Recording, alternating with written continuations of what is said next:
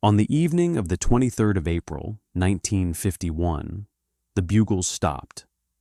Every Australian soldier on Hill 504 had learned what that silence meant over the preceding hours. The Chinese used bugle calls to assemble their men, to coordinate their movements across the darkness, to signal the timing of their assaults along a front too wide and too dangerous for any other form of communication to serve reliably. And when those bugles went quiet, when the last note dissolved into the cold Korean air and the valley fell completely silent, every man with a rifle pressed himself deeper into his weapons pit and tightened his grip on whatever he was holding and waited. Because when the bugles stopped, the wave was not coming. The wave was already there.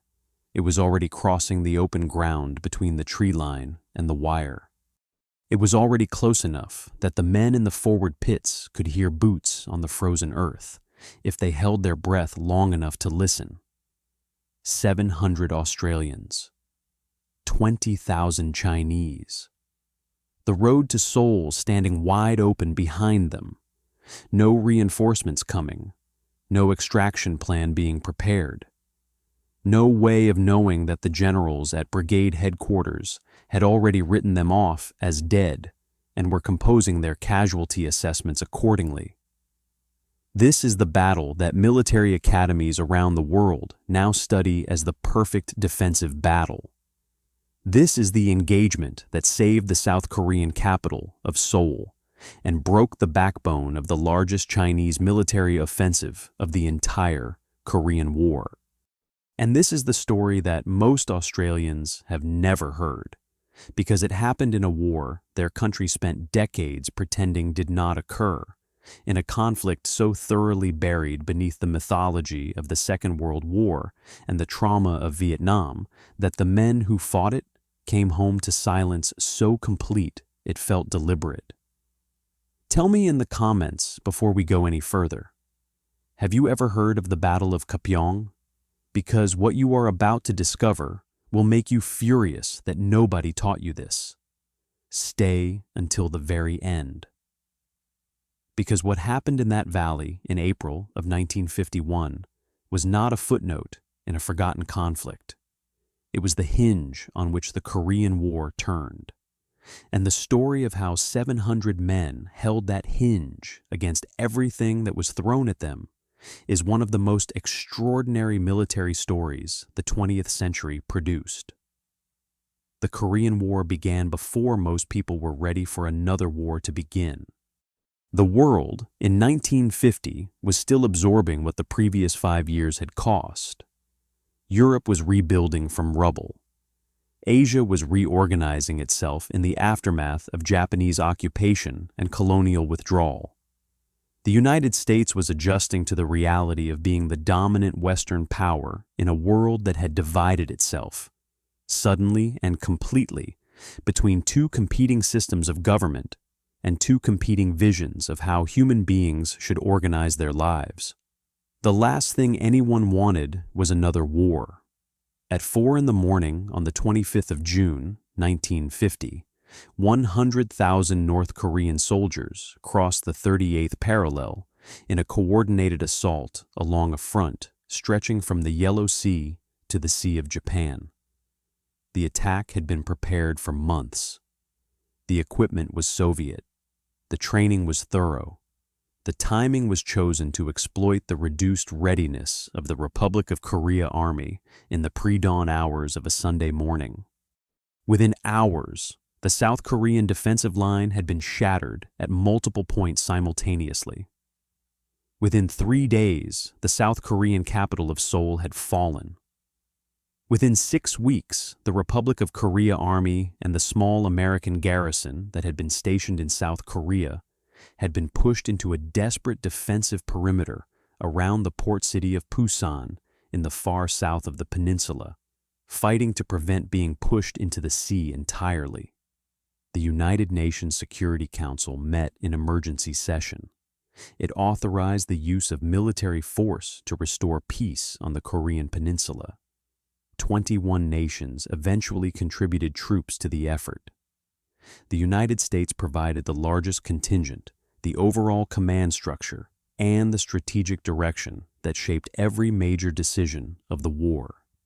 Australia was the second country after the United States to commit ground forces, and it committed them immediately before the full scale of what it was committing them to had become clear. The unit that carried that commitment into battle was the 3rd Battalion, Royal Australian Regiment.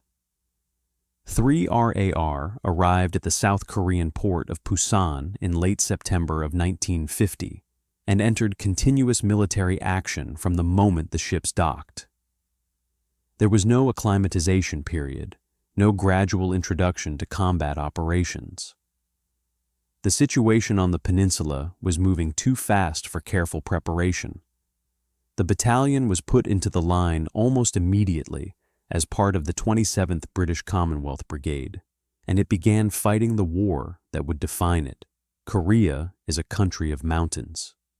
Not the gentle rolling hills of European battlefields, but steep, punishing, unforgiving ridgelines that rise sharply from narrow valleys and provide almost no flat ground for the kind of conventional maneuver that military doctrine had been developed around. Every significant piece of terrain on the Korean peninsula is a hilltop, and every significant battle of the Korean War was fought for possession of one or several of them. The side that held the high ground controlled the valley below it. The side that controlled the valley controlled the road that ran through it. The side that controlled the road controlled the movement of supplies, reinforcements, and withdrawal that determined who could sustain a fight and who could not.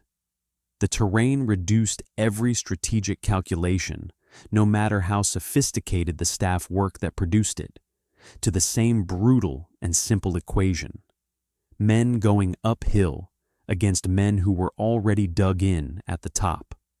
The weather compounded the terrain in ways that the men who experienced it still struggled to describe decades later. The Korean Peninsula experiences temperature extremes that seem almost designed to test the limits of human endurance.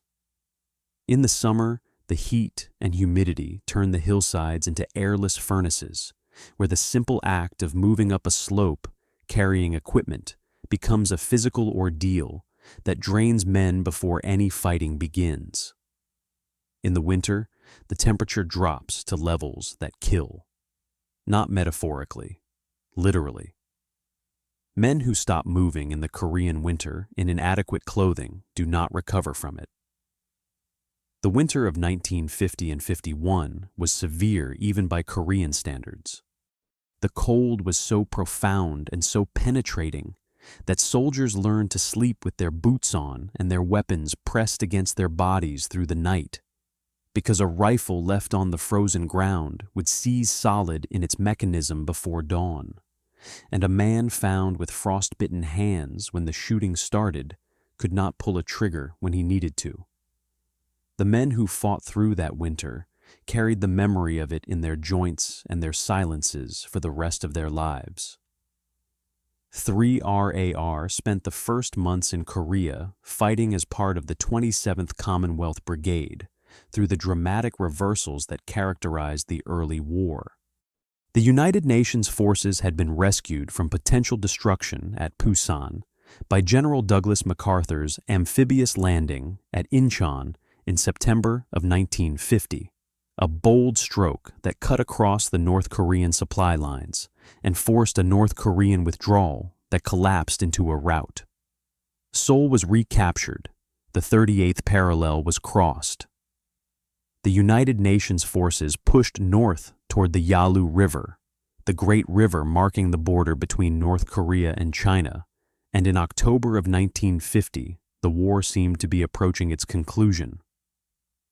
MacArthur's headquarters in Tokyo was speaking of the boys being home before Christmas. The Chinese had been watching this advance with a particular attention.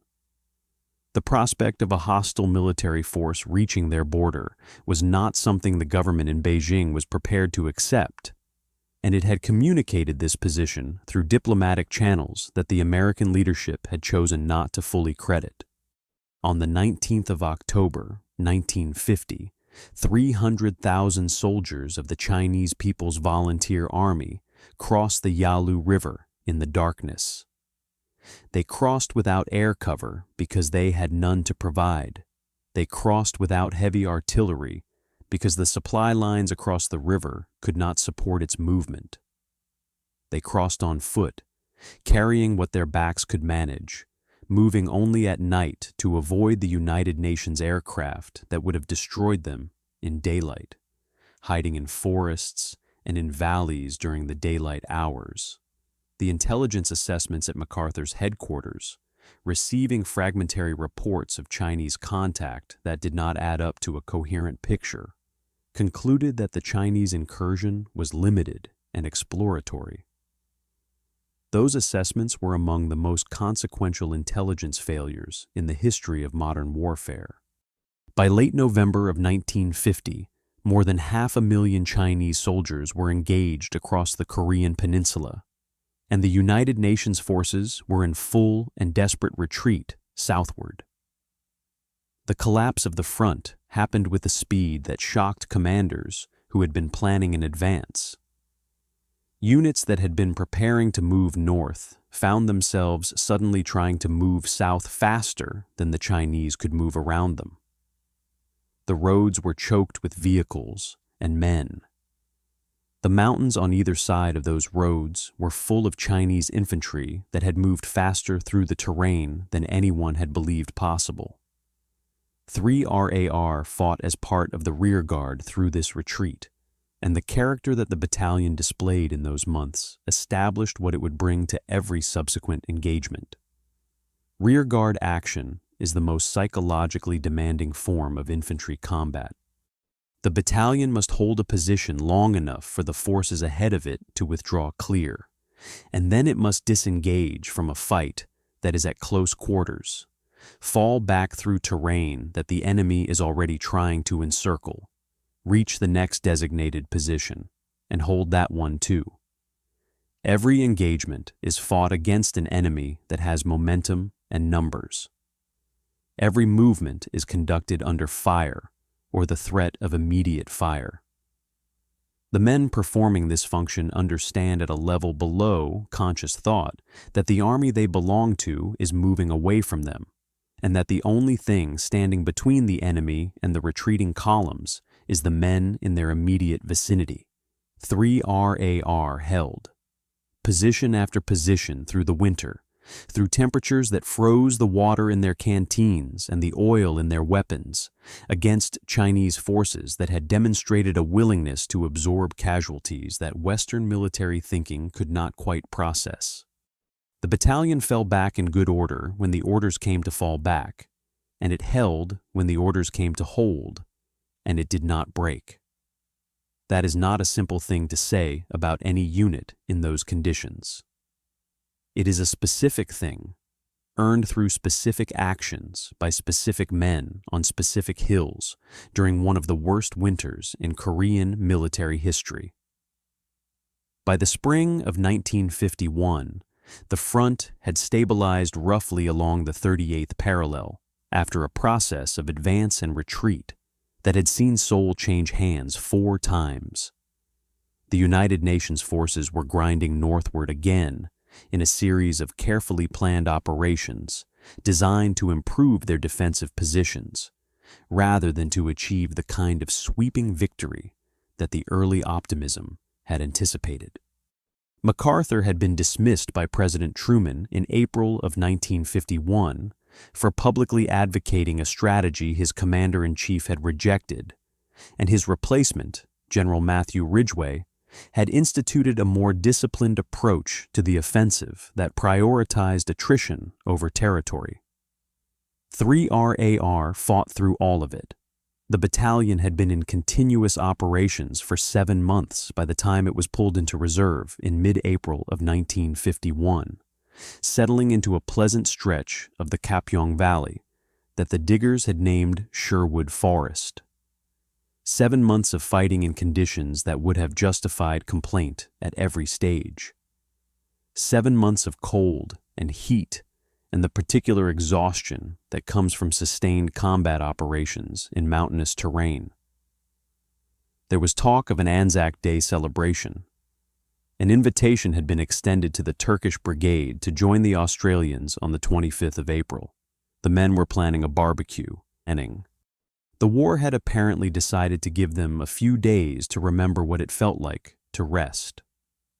The war had not decided anything of the kind. General Peng Dehuai, the Chinese commander on the Korean peninsula, had spent the weeks of apparent quiet assembling the largest military offensive of the entire war. The Chinese Fifth Phase campaign, known to history as the Spring Offensive, was not designed to capture a hill or improve a defensive line. It was designed to end the war, to destroy the United Nations forces in Korea in a single catastrophic operation and expel them from the peninsula permanently. The scale of the force Peng had assembled was almost incomprehensible in its numbers.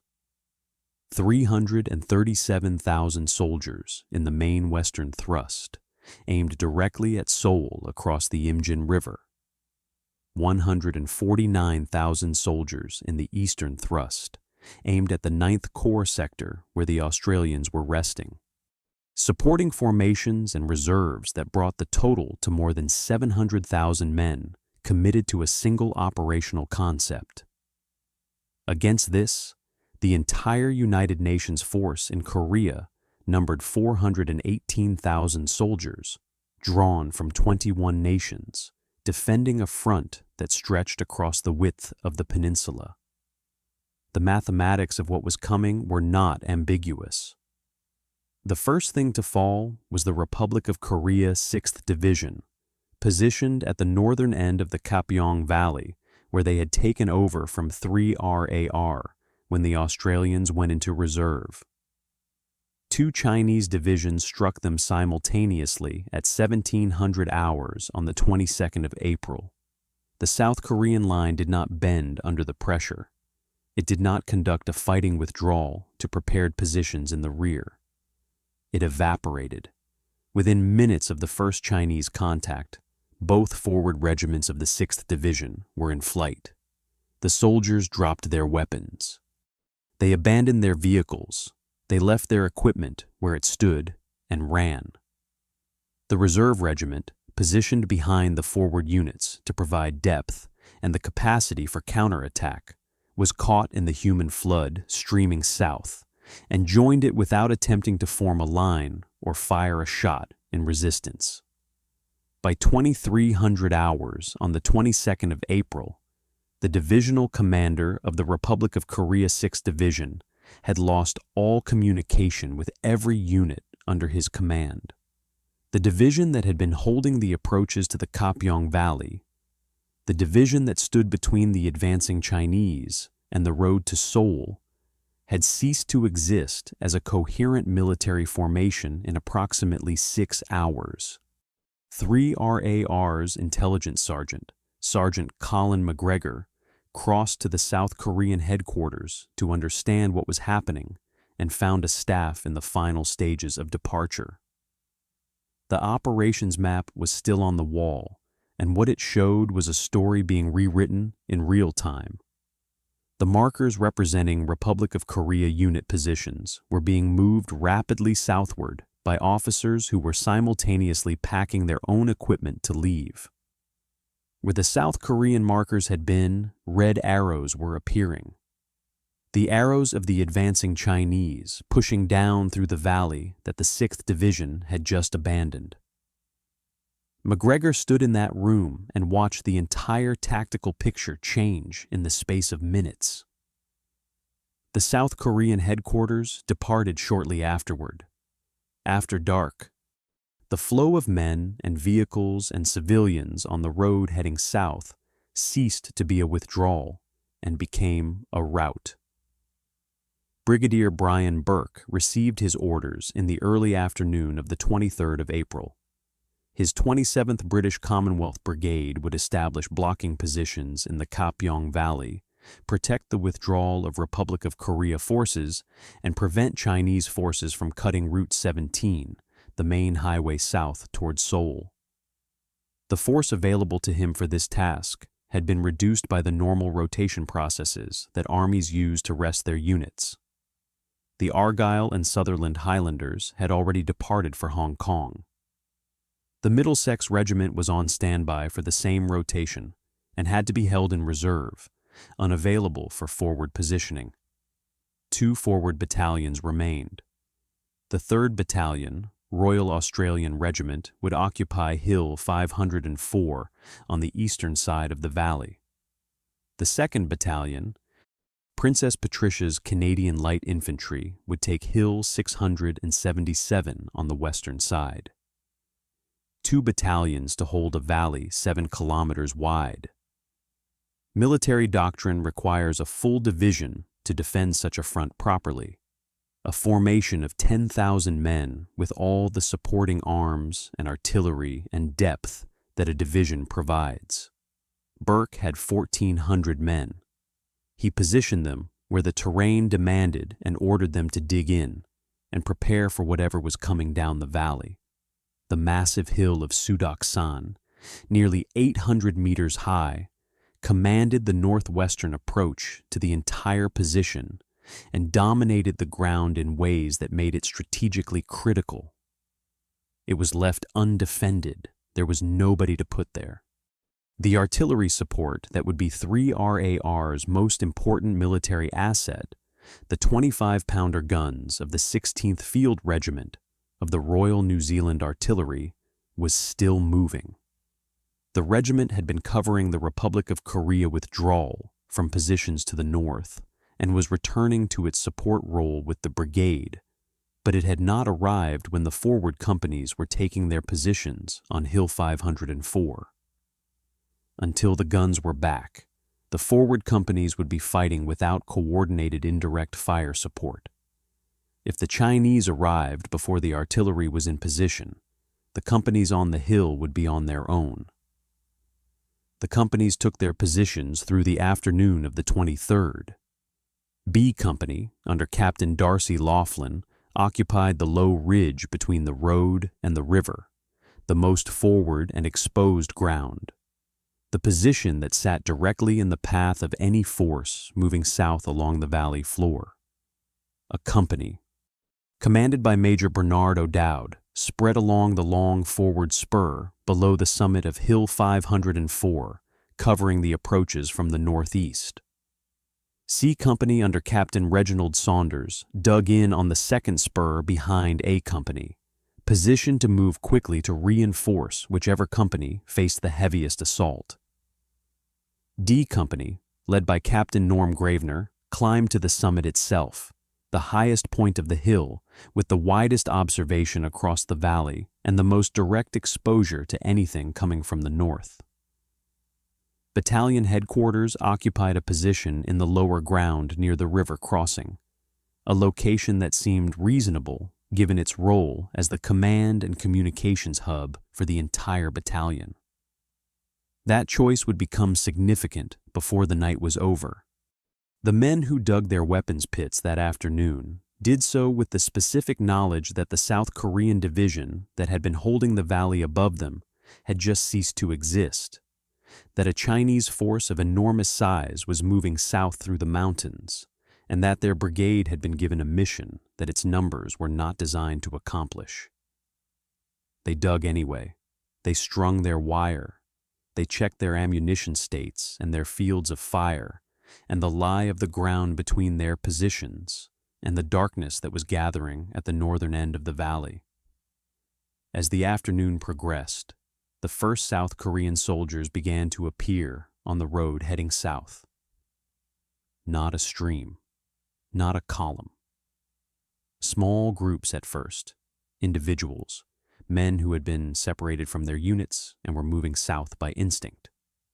Then larger groups.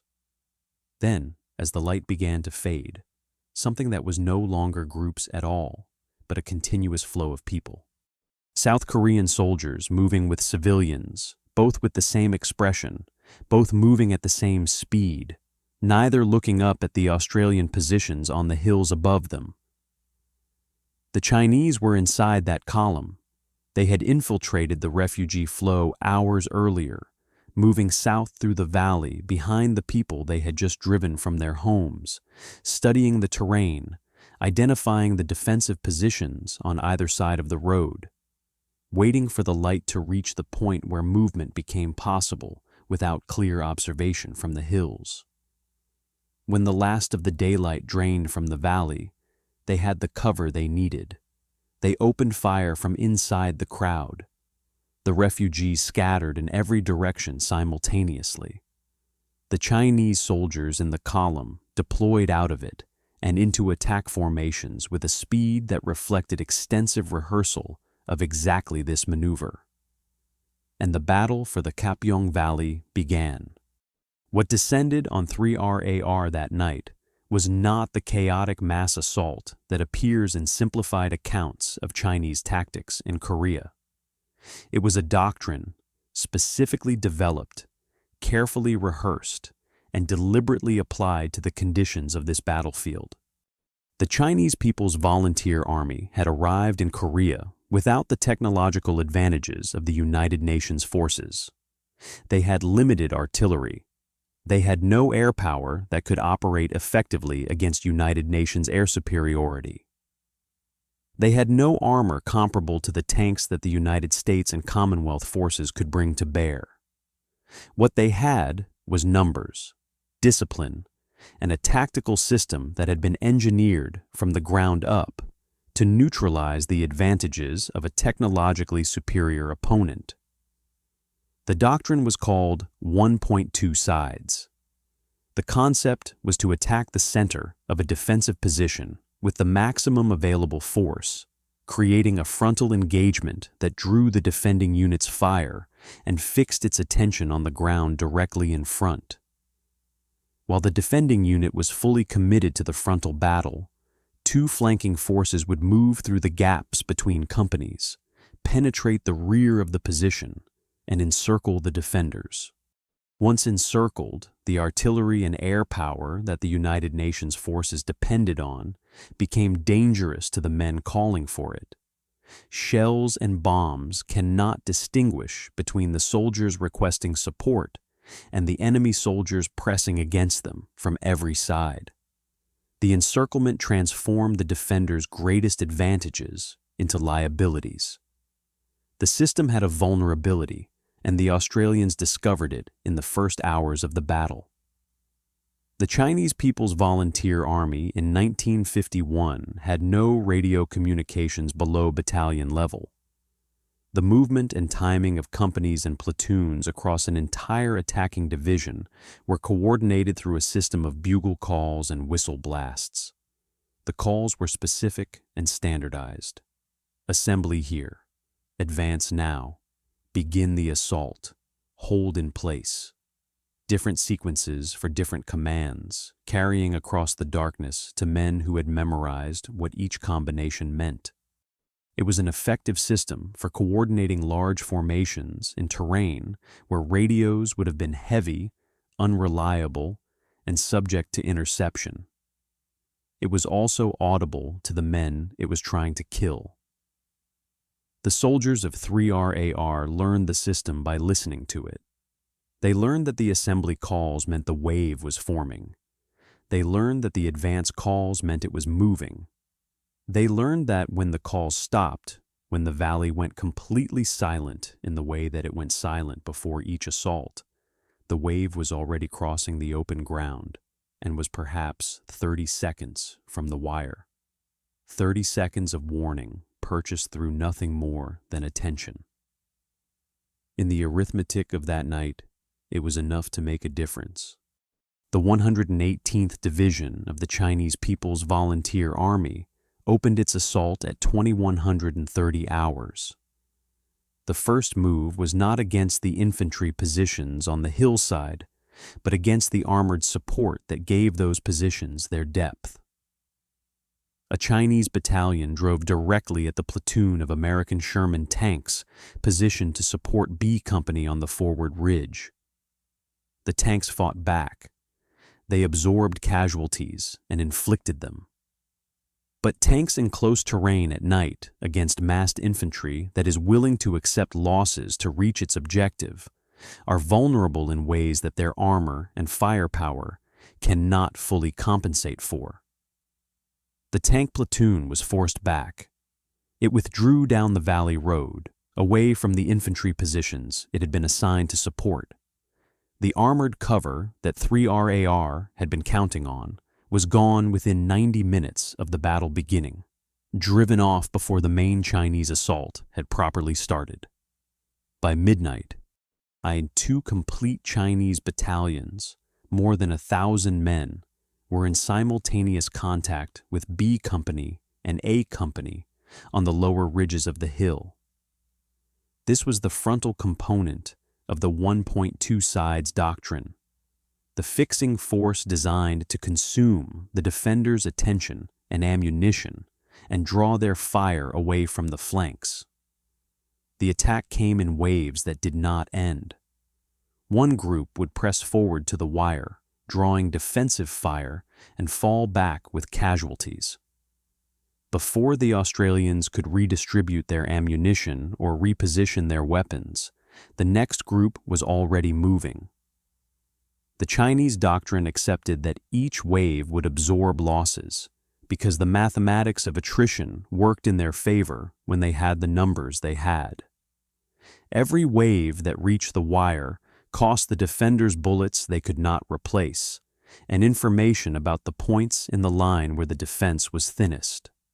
While the 2 frontal battalions ground against B Company and A Company, the 3rd Chinese Battalion of the 354th Regiment executed the flanking movement that the doctrine required. Moving through the darkness below the ridgeline, bypassing the Australian forward companies without making contact, it descended to the low ground near the Kapyong River and attacked battalion headquarters directly. The headquarters was not designed for the infantry close-quarters battle that now descended on it.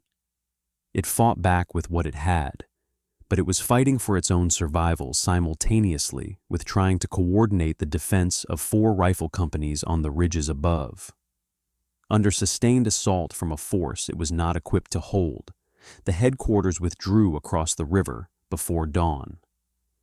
And as it withdrew, it lost radio contact with brigade headquarters. 3RAR was now fighting without any communication to the forces behind it. No reports were getting out.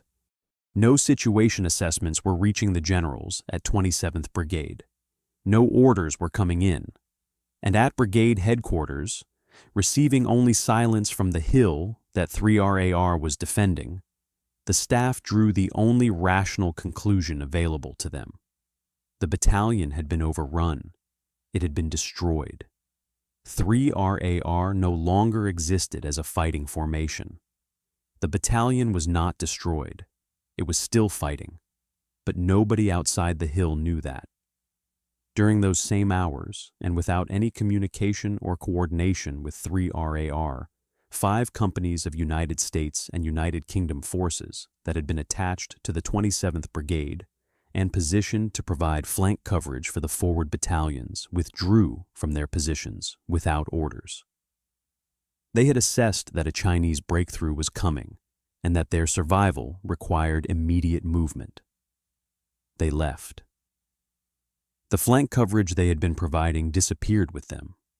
3RAR was now fighting with both flanks exposed, with no armored support, without radio contact with higher command, and with a Chinese battalion already operating in its rear. The historical record confirms every element of this. The commemorative accounts of Kapyong, the ceremonies and the speeches and the official histories that shape public understanding of what happened in that valley rarely give this fact the prominence it deserves. Also, during that night, the New Zealand forward observation officer attached to A Company was killed in the fighting.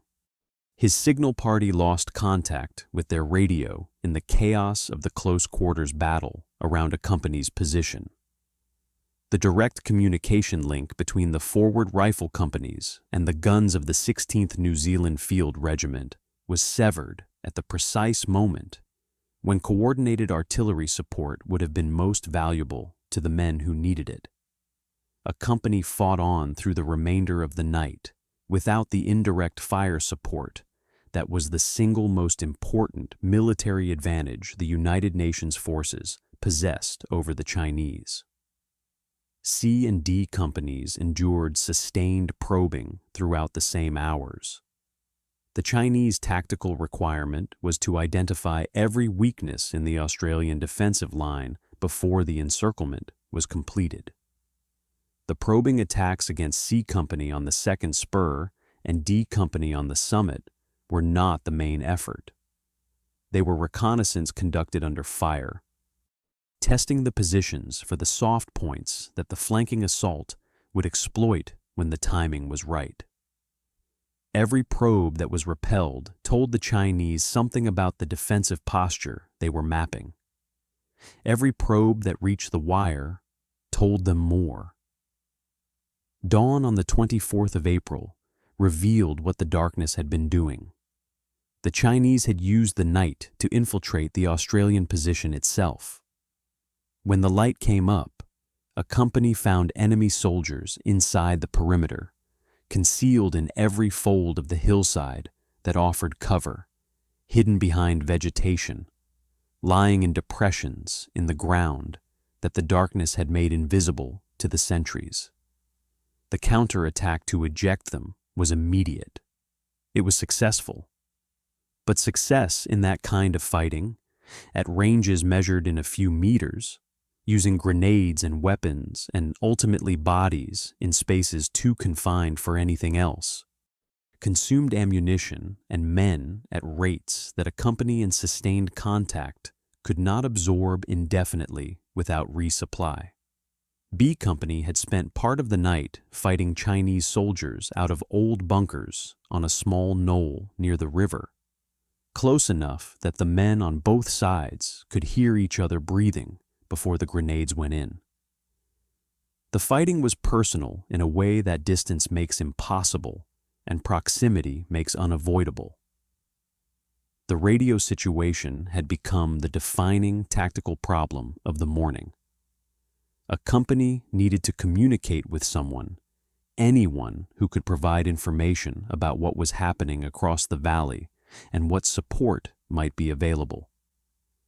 The radio operator was directed to try every available frequency and reach any friendly unit that was transmitting. The American 1st Marine Division answered. When the Marine operator heard a voice claiming to represent an Australian battalion on Hill 504, he applied the honest skepticism of a man whose intelligence picture showed that battalion as destroyed. The company commander took the handset and demanded the commanding general. The general came to the radio and delivered the assessment that was current in every headquarters that had been receiving reports through the night. 3 RAR had been wiped out. There was no one there. He was speaking to no one. The response that came back across that radio frequency, heard by the men gathered around the operator and recorded afterward in the account of Private Patrick Knowles of 3 RAR, was delivered without elaboration. I have got news for you. We are still here, and we are staying here. Supply was the next problem to be solved. American Sherman tanks, the same type that had been driven from B Company's position in the opening hours of the battle, came back up the valley road carrying ammunition, food, and water on their decks. They moved under direct fire from Chinese positions that had been established during the night along the valley floor. They dropped their loads at the Australian positions and loaded the wounded for the return journey south. The battalion was resupplied. The men who received that resupply understood what it had cost the tank crews to bring it and said nothing about the cost because there was nothing adequate to say. The United States Air Force was called to assist D Company on the summit of Hill 504. The Chinese effort to take the highest ground on the hill had been building through the morning, wave after wave pressing against Gravener's position, and the weight of numbers was beginning to tell. The aircraft arrived. The napalm canisters were released from the correct altitude on the correct heading toward the coordinates that had been provided. The napalm did not land on the Chinese. It landed on D Company. On the Australians who had been holding the summit through the entire previous night, who had repelled every assault the Chinese had sent against them, who had been fighting without adequate sleep or rest for more than 12 consecutive hours. The men who survived described what happened with the particular economy of language that combat soldiers use when the events they are describing are beyond the capacity of ordinary expression to capture. Every historical source that covers the Battle of Kapyong confirms this event occurred. It appears in almost none of the public commemorations. The crisis of command within 3 RAR arrived in the hours after the napalm incident. The battalion commander ordered B Company to withdraw from the ridge they had been holding through the night and into the following morning. The Anzac Memorial's account of the battle describes this order as ill-considered. The Chinese moved into the vacated ridge immediately, before B Company had completed its withdrawal, and established on that ground a fire position with a direct line of sight into the flanks of the entire Australian defensive line. The position that B Company had spent the entire night defending at close quarters, that had cost men their lives to hold through the hours of darkness, was now in Chinese hands and being used to fire into the backs of the companies that were still fighting above it. The attempt to correct the situation was immediate and desperate. Lieutenant Len Montgomery led his men forward in a bayonet charge across the open ground toward the ridge that had just been lost. The charge was conducted in daylight, against a position that was now occupied and organized, and firing with the advantage of ground.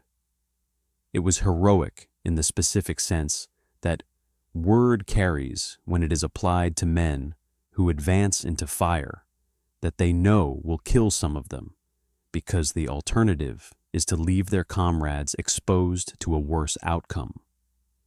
It bought time. It did not recapture the ridge. The men who made the charge paid the price that men who make bayonet charges in daylight always pay, and when it was over, the ridge was still in Chinese hands, and the flank was still under fire. By midday, on the 24th of April, with a second Chinese regiment deploying to attack the position from a new direction, with the flanks compromised by the lost ridge, with the summit under renewed pressure from forces that had been reinforced through the morning, and with the battalion's ammunition and medical supplies and the physical endurance of its men all approaching their limits after nearly 20 hours of sustained combat, the order was given to withdraw 3 RAR from Hill 504. The position was no longer defensible in the mathematical sense of that word. The order was correct. What remained to be determined was whether a withdrawal under those specific conditions could be executed without destroying the battalion in the process of leaving. Moving several hundred men off a contested hillside in full daylight, under direct enemy observation from a ridge that had a clear line of sight to the withdrawal route, against an enemy that had already demonstrated the ability to encircle positions and cut off withdrawal, is not an operation that military doctrine provides easy answers for. The senior rifle company commander planned the withdrawal by the leapfrogging method and positioned himself at the most exposed point on the route to direct it personally. The technique required one unit to move while the others provided covering fire, then for the first unit to provide covering fire while the next moved, alternating down the ridgeline in sequence until all companies had passed through the summit position and were moving south along the ridge toward the Middlesex Regiment's lines, where the withdrawal would terminate. B Company moved first, up to the summit, then down the far side and south. The other companies followed in sequence, each covered by the positions behind it. The senior rifle company commander stood at the summit of Hill 504 and directed each company through as it arrived. He remained at that position until every company had cleared. He was the last man to leave the summit. The 16th New Zealand Field Regiment provided fire support against the Chinese force occupying the Lost Ridge above the withdrawal route, the position that had a direct line of sight to the moving columns below it. The opening of those 25-pounder guns also served as the signal for companies still in position to begin their movement. Artillery as fire support and as communication simultaneously. The 24 guns of the 16th Field Regiment, firing in support of men they could not see on a hillside they could not observe directly, placed their rounds with the precision that months of practice in exactly this kind of close support mission had developed. By 7:30 on the evening of the 24th of April, 1951, every man of 3RAR was within the Middlesex Regiment's position. The withdrawal was complete. Historian Bob Breen later described it as a superb military feat. The man who planned and directed it received no decoration. The battalion commander received the Distinguished Service Order. Across the valley, the Chinese turned their full attention to Hill 677. The Canadian battalion had spent the hours of 3RAR's battle preparing its position with the methodical thoroughness of a commander who understood exactly what was coming and intended to be ready when it arrived. Lieutenant Colonel James Stone had his men dig deeply into the hillside. He had positioned 12 M3 half-tracks, each carrying a 50 caliber and a 30 caliber Browning machine gun, around his battalion headquarters. He had decided, in the way that the best commanders make decisions under pressure, with a simplicity and finality that admits no subsequent revision, that he would hold Hill 677, and that nothing that happened would change that decision. His position was critical to the United Nations defensive line. He would hold it. The Chinese attacked through the night of the 24th and 25th of April with the same doctrine and the same relentless pressure they had applied to the Australians for the previous 24 hours. Wave after wave of infantry in the darkness. Coordinated mortar and grenade fire designed to suppress the defenders while the infantry closed. Sustained pressure from multiple directions simultaneously, seeking the gap in the line that would allow the encirclement to complete. The Canadians were surrounded. The road to their position was blocked by Chinese forces that had moved around the hill during the assault. Ground resupply was impossible. The ammunition and food and medical supplies that 700 surrounded men required to keep fighting through a night of sustained assault came from aircraft flying low over the hilltop in the darkness, identifying the position by its muzzle flashes and dropping what the men needed to survive. One Chinese force of approximately 500 men assembled in a ravine to the south of the Canadian position, without any bugle or signal calls, moving in complete silence in a way that denied the defenders even the 30-second warning that the Chinese communication system had inadvertently provided to the Australians the night before. The silent force moved from the ravine directly toward the Canadian battalion headquarters. Stone held his fire until they broke from the tree line and were within 40 meters of his front. At 40 meters, the combined fire of 12 heavy machine guns and every other weapon in the headquarters position opened simultaneously. At 40 meters, machine gun fire is not a weapon of probability. The Chinese assault from the south was destroyed. The New Zealand Artillery Regiment, positioned kilometers to the south of the hill and firing in support of men it could not see, placed round after round onto coordinates that the Canadian forward observers were adjusting in real time from positions inside the encirclement. The accuracy of that fire, in the dark, at those distances, onto targets that were measured in tens of meters from friendly positions, was the difference between the Canadian line holding and the Canadian line breaking. The gunners of the 16th Field Regiment fired through the night without stopping. On the morning of the 25th of April, 1951, which was Anzac Day, the attacks stopped. The three Chinese regiments that had been pressing the Australians and Canadians at Kapyong had absorbed more than 2,000 casualties in 2 days of assault. 1 in 3 of the soldiers committed to the operation had been killed or wounded. The attacking formations had reached the point where continuing the assault was no longer tactically viable, regardless of the operational importance of the objective.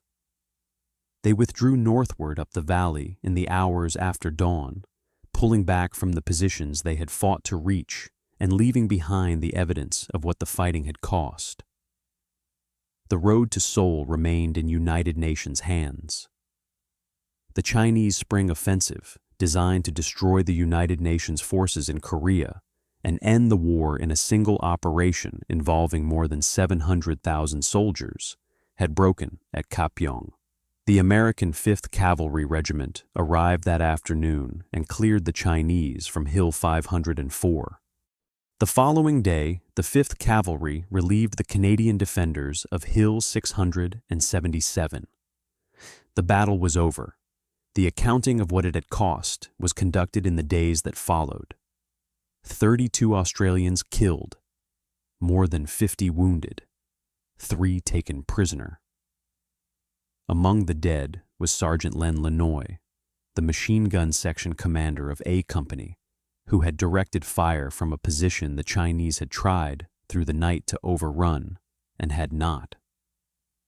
He was one of 32 men with names in the nominal roll at the Australian War Memorial, each connected to a family that received a telegram, each reduced by the necessities of military record-keeping to a date and a location that captures nothing of what they actually were. The Canadians lost 10 men killed and 23 wounded. The Chinese absorbed an estimated 2,000 dead across both engagements. Soldiers who had advanced into fire with a discipline that the men who faced them acknowledged without reservation, and who had paid the ultimate price that the 1.2 sides doctrine extracted from the formations it was applied by, as well as the formations it was applied against. After Kapyong, the Chinese Spring Offensive made one further attempt to breach the United Nations line. It was stopped. Ceasefire negotiations began at Kaesong in July of 1951. The front stabilized along lines that approximated the 38th parallel, the border that had existed before the North Korean invasion of June 1950. The war that was supposed to be over before Christmas of 1950 ground on for another 2 years before an armistice was signed on the 27th of July, 1953. The armistice left Korea divided in almost exactly the same place it had been divided when the whole catastrophe began. The United States awarded 3 RAR, the Presidential Unit Citation, on the 4th of December, 1951. The citation read, "The forward elements were completely surrounded going through the first day and into the second. Again and again the enemy threw waves of troops at the gallant defenders, and many times succeeded in penetrating the outer defenses, but each time the courageous, indomitable, and determined soldiers repulsed the fanatical attacks." The Canadians received the same citation, the first time in history that a Canadian unit had been so honored by the United States. 3 RAR still carries the battle honor Kapyong on its colors. The unit is still known as Old Faithful. Each year, on the 24th of April, the day before Anzac Day, it commemorates the battle. That day is called Kapyong Day. Military academies around the world teach the Battle of Kapyong as the perfect defensive battle. Not the most dramatic, not the most famous, the perfect one. The case study that military professionals use to teach what defensive operations look like when they are executed correctly under conditions that should have made correct execution impossible. When the tanks are gone and the flanks are open and the artillery observer has been killed and 5 companies of Allied forces have abandoned their positions and the headquarters is under direct assault and the generals behind the line have already written the casualty report. Under all of those conditions simultaneously, 700 Australians held their position through a night and a day against a Chinese division operating at full strength with a proven doctrine, and then conducted a fighting withdrawal that preserved the battalion as a coherent fighting formation. Officers who study this battle understand that what happened on Hill 504 was not merely heroic. It was technically near perfect, executed by men who were doing it for the first time under conditions that would have justified failure. The Republic of Korea has not forgotten what was decided in the Kapyong Valley. Seoul, the city of 10 million people that exists in its present extraordinary form, partly because of what 700 Australians did on the night of the 23rd and 24th of April, sent its president's personal letter of gratitude to every surviving Australian-Korean War veteran on the 60th anniversary of the war in 2010. The Korean people understand at a level that requires no explanation from historians what it means that the road through the Kapyong Valley stayed open to United Nations forces in the spring of 1951.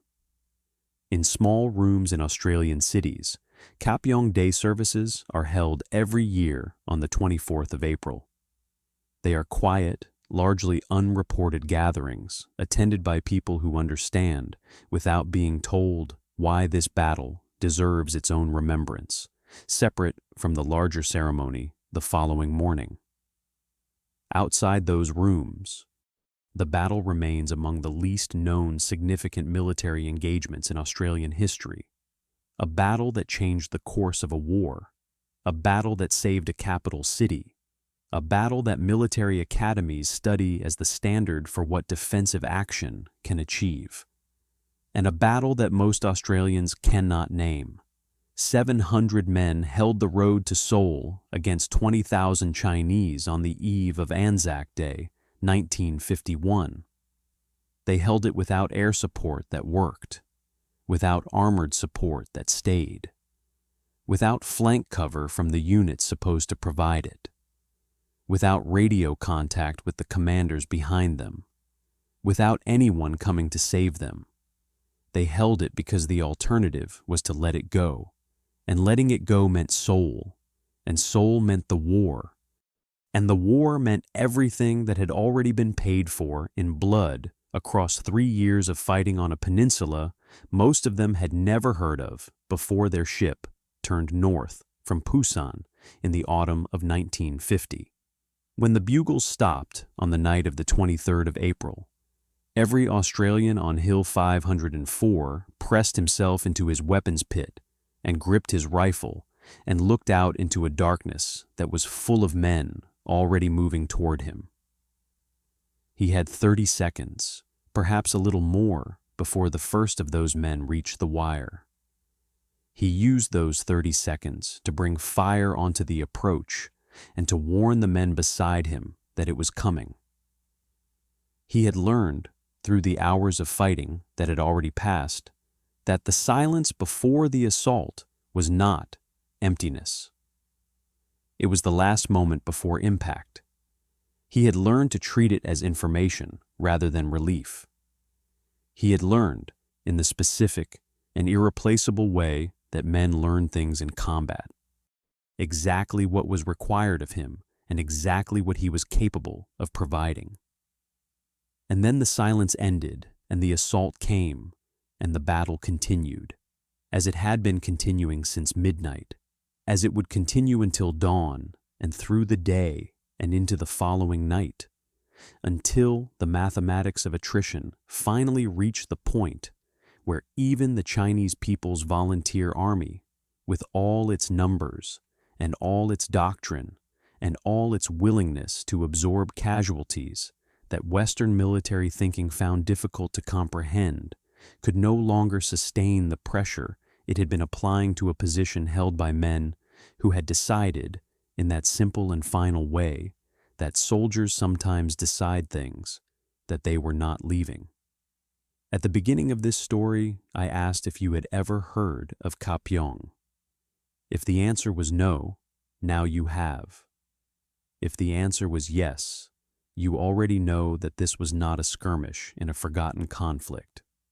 This was the turning point of the largest Chinese offensive of the Korean War, fought by Australians and Canadians and New Zealanders in a valley that stood between the enemy and a capital city, and they held that valley, and the capital did not fall, and the offensive broke against them, and the war turned.